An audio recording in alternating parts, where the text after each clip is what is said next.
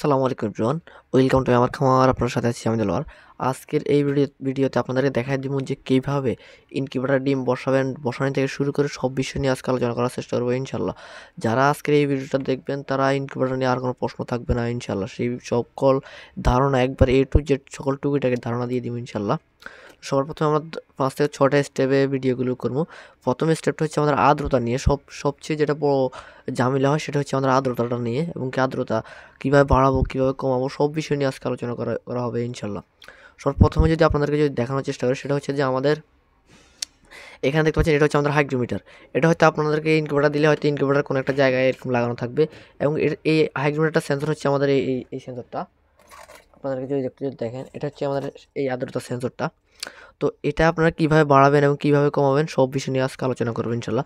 সবার প্রথমে যদি আপনাদেরকে বলি, এখন আমাদের আছে 46% আর্দ্রতা আছে এখন আমাদের ইনকিউবেটর ভিতরে, যেহেতু আমরা ইনকিউবেটর ঢাকনাটা উঠে রাখছি আপনাদের ভিডিও করার জন্য। আমাদের ডিমের বয়স আজকে 6 থেকে 7 দিন হয়ে যাবে ইনশাল্লাহ। আর এটা হচ্ছে আমাদের যেহেতু চীনা হাঁসের ডিম, ক্যান্ডেলিং করে সব বিষয়ে আজকে আপনাদেরকে দেখাই দিব ইনশাল্লাহ। তো আপনাদেরকে যদি দেখাই, আমরা যেহেতু এটা ইনকিউবেটর একটু ঢাকনাটা যদি আমরা আটকাই নিয়ে আপনাদেরকে যদি দেখাই, তো সেটা হচ্ছে যে আমাদের এই ইনকিউবেটরটাতে আর্দ্রতার এখন প্রয়োজন হচ্ছে আমাদের 65%। যখন ডিম বসাবেন ইনকিউবেটারে, তখন আপনাদের ইনকিউবেটারে হয়তো আর্দ্রতা দেখাবে 80 বা 90 বা যে কোনো একটা আর্দ্রতা দেখাবে যখন ডিম বসাবেন বা আমাদের কাছ থেকে ইনকিউবেটার নেবেন। নেওয়ার পরে আপনারা কী করবেন, ইনকিউবেটার 1 ঘন্টার মতন চালিয়ে রাখবেন। ইনকিউবেটারটা যখন 1 ঘন্টা চালিয়ে রাখবেন, 1 ঘন্টা চালিয়ে রাখার পরে আপনারা দেখবেন এখানে আর্দ্রতা কত পার্সেন্ট আছে। আপনাদেরকে আরেকটা জিনিস বলে যে আর্দ্রতা কিন্তু আপনার গরমে আর্দ্রতা কমে, এবং কি আপনাদের যদি জলীয় বাষ্প আর্দ্রতা কিন্তু বাড়ে। তো আপনারা যখন 1 ঘন্টার মতন যখন ইনকিউবেটর চালিয়ে রাখবেন, তারপরে দেখবেন এখানে আর্দ্রতা কত পার্সেন্ট আছে। যদি 60-এর নিচে যদি নামে, তখন আপনারা সেক্ষেত্রে কী করবেন, এরকম একটা ভিতরে পানির পাত্র দিয়ে দিবেন। আপনারা যদি দেখেন এরকম একটা লাল একটা বা কোনো একটা স্টিলের অথবা প্লাস্টিকের একটা পানির পাত্র দিয়ে রাখবেন, একটু বড় বড় দেখে। দেওয়ার পরে আপনারা তারপরে আবার 1 ঘন্টা বা 30 মিনিট পরে আপনাদের লক্ষ্য করবেন যে এখানে আর্দ্রতা কত পার্সেন্ট আছে। তো তারপরে যদি আপনার 60-এর উপর যদি না ওঠে, আমাদের প্রথম সপ্তাহ থেকে ডিম ফোটার 3 দিন আগ পর্যন্ত 60 থেকে 65% রাখতে হবে আর্দ্রতা। তারপরে যদি আমাদের আর্দ্রতা যদি না ওঠে, তো সেক্ষেত্রে আপনার কী করতে হবে, সেক্ষেত্রে আপনারা কী করবেন, একটা ভিজা কাপড় নিয়ে যে কোনো একটা ভিজা কাপড় নিয়ে আপনারা কী করবেন, যে ফ্যান আছে, ফ্যান অথবা যে কোনো একটা কর্নারে আপনারা এটাকে ভিজা কাপড়টা ঝুলিয়ে রাখতে হবে। তাহলে কিন্তু দ্রুত আর্দ্রতা বেড়ে যাবে। আর্দ্রতা তারপরেও যদি না বাড়ে, বা ভিজা কাপড় দেওয়ার পরে যদি আর্দ্রতা যদি বেশি হয়ে যায়, তখন কী করবেন, আবার ভিজা কাপড়টা বের করে নেবেন। আর তারপরে যদি আমাদের আর্দ্রতা যদি না বাড়ে, তো সেক্ষেত্রে আপনারা কী করবেন, যে গরম পানি স্প্রে করে দেবেন ইনকিউবেটরের ভিতরে। কুসুম গরম পানিটা স্প্রে করে দিলে দ্রুত আর্দ্রতা বেড়ে যাবে ইনশাল্লাহ। তো এখন আপনারা আর্দ্রতা কমাবেন কীভাবে? আর্দ্রতা কমানোর জন্য আপনার ভিতরে সবগুলো পানি বের করে নেবেন। বের করে নিয়ে আপনার ঢাকনাটা লাগাই দেবেন, আর্দ্রতা অটোমেটিকভাবে কমে যাবে। তারপরে যদি আর্দ্রতা না কমে, তাহলে ঢাকনাটা এরকম 5 থেকে 6 মিনিট এরকম খোলা রাখবেন, ইনকিউবেটরটা চালিয়ে রাখবেন, আর্দ্রতা কমে যাবে। তারপরে অনেকে ভাবে যে আমাদের তারপরে স্টেপ হচ্ছে যে কারেন্ট চলে গেলে আমরা কী করবো ইনকিউবেটারে। তো কারেন্ট যখন চলে যাবে, তখন আপনারা কী করবেন, ইনকিউবেটার ঢাকনাগুলো খুলবেন না। যতক্ষণ পর্যন্ত কারেন্ট যদি না আসে, ততক্ষণ পর্যন্ত খুলবেন না। এবং কি আপনারা এখানে হাইগ্রোমিটার পরে দেখতে পাচ্ছেন একটা তাপমাত্রার একটা আছে 33.6 বা 4 হচ্ছে এখন। এটা হচ্ছে আমাদের তাপমাত্রা।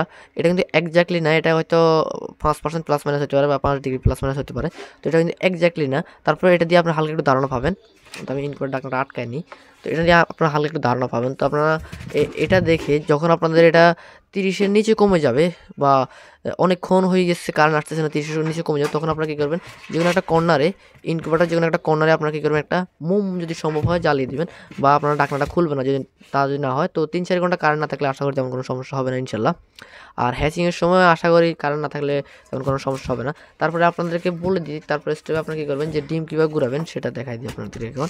তো ডিম ঘোরানোর জন্য আপনারা সবার প্রথমে একটা মার্কার দিয়ে মার্কিং করে নেবেন। ডিমগুলোকে আপনারা একটু মার্কার দিয়ে মার্কিং করে নেবেন। আপনাদেরকে দেখাই দিই এখন কীভাবে ডিমটাকে আপনারা ঘুরাবেন। ডিম ঘোরানোর জন্য আপনার এরকম একটা ডিম নিয়ে এটাতে মার্কিং করে নেবেন। মার্কিং করে নিয়ে যদি মার্কিং যদি না করেন, তারপরে আপনার সতর্কতা অবলম্বন করবেন, যে যখন এই পাশ আছে ঠিক এর বিপরীত পাশটা আপনারা দিয়ে দিন এইভাবে। এই ডিমটা এতক্ষণ ছিল এইভাবে, আপনাকে করবেন জাস্ট এটাকে এইভাবে ঘুরাই দিবেন। তারপরে আরেকটাকে আপনারা এইভাবে জাস্ট উল্টা দিয়ে ঘুরে দিবেন। আঙুলটা দিয়ে এইভাবে ধরে জাস্ট এইভাবে একটু ঘুরে দিবেন, দিলে চলবে। আর যারা নতুন তারা অবশ্যই আপনার মার্কারটা ব্যবহার করেন। মার্কারটা দিয়ে মার্কার বলতে একটা যে মার্কার কলম আছে, এটা দিয়ে এভাবে একটা দুটো ক্রসিং দিয়ে দিবেন। প্রথমে এই পাশ থাকবে, তারপরে আবার 1 ঘন্টা পরে বা কিছুক্ষণ পরে এভাবে করে দিবেন। তো অনেকে ভাবতে পারেন যে ডিমটা কয়বার ঘুরাবো দিনে। ডিমটা 4 থেকে 6 বার ঘোরানো সবচেয়ে বেটার। সকালে ঘুম থেকে উঠে একবার, দুপুরে একবার, সন্ধ্যা একবার, রাতে ঘুমানোর সময় একবার। এই 4বার ঘুরালে কিন্তু হ্যাচিং রেট অনেক ভালো আসে। এবং কি আপনারা অনেকে বলেন যে আমাদের একবারে হ্যাচিং রেট ভালো আসে না। হ্যাচিং রেট ভালো আসে না আসার কারণ কি? হ্যাচিং রেট ভালো না আসার কারণ অনেকগুলো হতে পারে, যেমন আপনার ডিম থেকে হতে পারে, অথবা আপনার ম্যানেজমেন্টে অনেকগুলো ঘাটতি থাকার কারণে হতে পারে। তো আরেকটা বিষয় যদি আপনাদেরকে যদি বলে দিই, এখানে আর্দ্রতা যদি তারপরে যদি না বাড়ে, বা আপনারা দেখতে পাচ্ছেন এখানে অক্সিজেনের জন্য অনেকগুলো ছিদ্র আছে, তো অনেকগুলো যে ছিদ্রগুলো আছে অবশ্যই ছিদ্রগুলোতে আপনারা কী করবেন, একটু বন্ধ করে দেবেন, তখন কিন্তু আর্দ্রতাটা অটোমেটিকভাবে বেড়ে যাবে। আর হচ্ছে আমরা এরকম একটা ফানির পাত্র দিয়ে দেবেন সবসময়, এবং ফানিটা অনেকে ভাবে যে ফানিটা কোন জায়গায় দিব সেটাও বলে দিই। ফানিটা যে কোনো এক জায়গায় দিয়ে দিবেন, সম্ভব যদি হয় লাইটের তলে দিবেন। যদি আমরা এখানে লাইটটা দেখতে পাচ্ছেন একবারে উপরে লাগাইছি, সেক্ষেত্রে আমরা লাইটের নিচে না যে কোনো একটা কর্নার দিয়ে দিলে চলবো। এবং কি আপনার ফ্যানটা এইভাবে একটা সাইড থেকে লাগালে হবে। এবং এটা নিয়ে আমি কোনো কথা বলতে চাচ্ছি না কীভাবে ইনকিউবেটর তৈরি করবেন সে বিষয়ে আজকে আলোচনা করবো না। আজকে আলোচনা হচ্ছে ডিম কীভাবে ফুটাবেন সে বিষয়ে। তো এখন আপনাদের এটা ক্যান্ডেলিং করে দেখাবো, যেটা কীভাবে ক্যান্ডেলিং করলে আপনারা বুঝবেন যে এটাতে ব্রণ আসছে কি আসছে নাই। তো আমরা এটা ক্যান্ডেলিং করে আপনাদেরকে দেখাচ্ছি। এই স্টেপে আপনারা কী করবেন, একটা লাইট নিয়ে এরকম লাইটের যে মুখাটা আছে এটা খুলে নেবেন, বা আপনাদের যদি লাইটের যদি মুখাটা না খোলেন তাহলে কিন্তু আপনারা ঠিকভাবে দেখবেন না। তারপরে চেষ্টা করবেন এটা খুলে নেওয়ার জন্য। মুখাটা খুলে নিলে আপনারা সুন্দরভাবে ক্লিয়ারলি দেখতে পারবেন। তো এখন আপনাদেরকে দেখাই দেবো যে এটা কীভাবে আপনারা দেখবেন। তো সবার প্রথমে আপনারা এরকম একটা মুখাটা খুলে নিলেন, বা যদি মোবাইলে টর্চ দিয়ে দেখেন তাও কিন্তু দেখতে পারবেন। প্রথম সপ্তাহে আপনারা ঠিকভাবে দেখতে পারবেন যে কোনো লাইট দিয়ে। পরবর্তীতে আপনারা কী করবেন, একটা লাইট এরকম নিয়ে নেবেন যে লাইটের মুখাটা খোলা যায়, এইরকম একটা লাইট দিয়ে আপনারা কিন্তু ক্যান্ডেলিংটা করতে পারবেন। তো এখন আপনাদেরকে একটা ডিম নিয়ে আমি ক্যান্ডেলিংটা করে দেখাচ্ছি। তো সবার প্রথমে আমরা একটা ডিম নিয়ে নিই, স্টিকারের ডিম নিয়ে নিলাম, বিসমিল্লাহ। তো আমরা যখন লাইটের টর্চটা মারবো, তো আমরা মোবাইল প্লাসটা অফ করে নিই।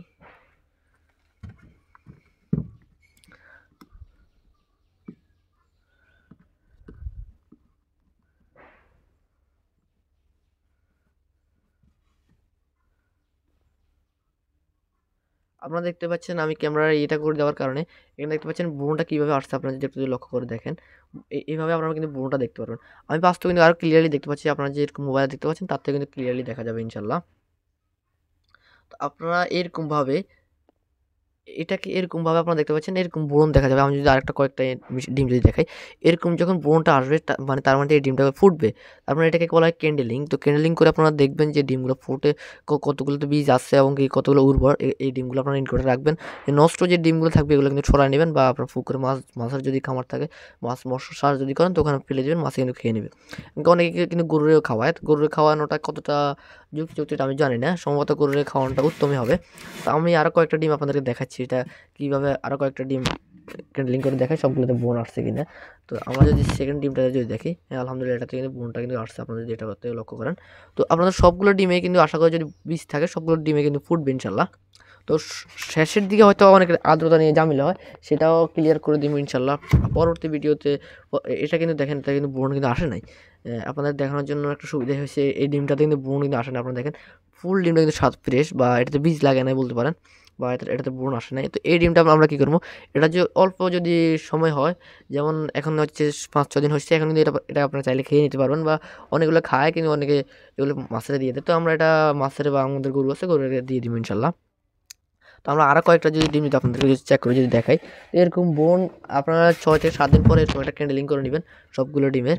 এটাতেও কিন্তু বোন কিন্তু আসে নাই, হ্যাঁ এটাতে ব্রণ আসে নাই। আপনি দেখতে পাচ্ছেন এটাতে কিন্তু একটা লাল অংশ মতন আছে, তো এটা কিন্তু একটা সন্দেহজনক, এটাতে ব্রণ আসছে কিনা আসে নাই। তো এটা কিন্তু আসে নাই, অনেকে ভাবতে পারেন যে হালকা লাল আছে, এটা কিন্তু ব্রণ আসছে কিনা আসে নাই।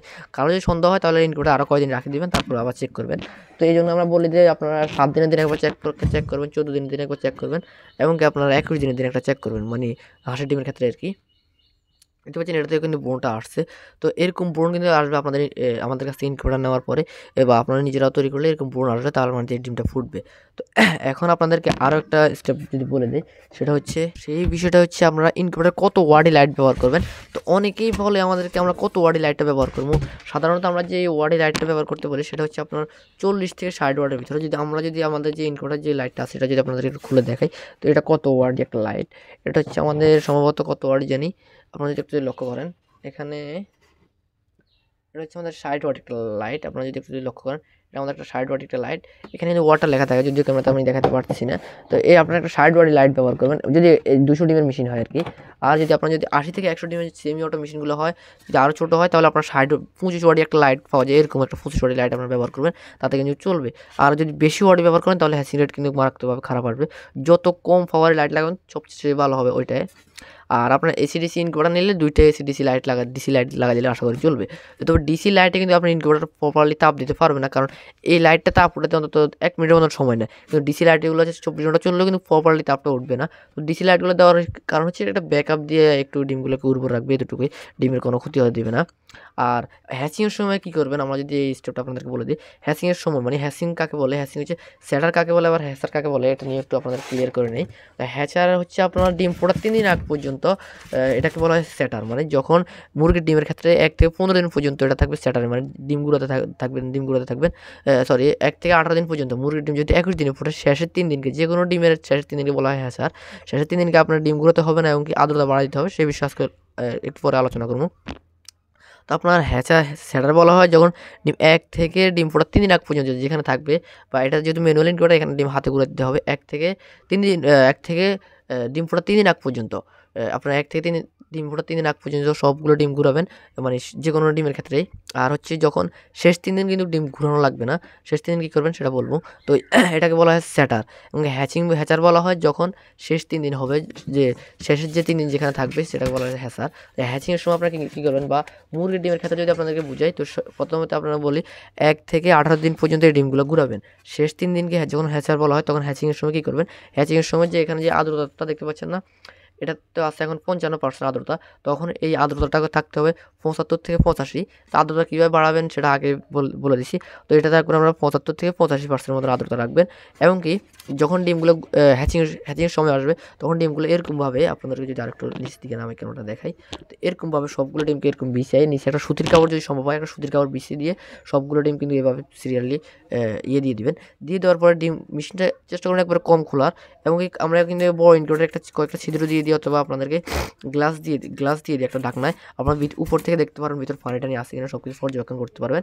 তো এটা হচ্ছে আমাদের হ্যাচিংয়ের সময় এই কাজগুলো করবেন। তো আবার অনেকে ভাবতে পারেন যে ডিম ফোটার কতদিন পরে ইনকিউবেটর রাখবো।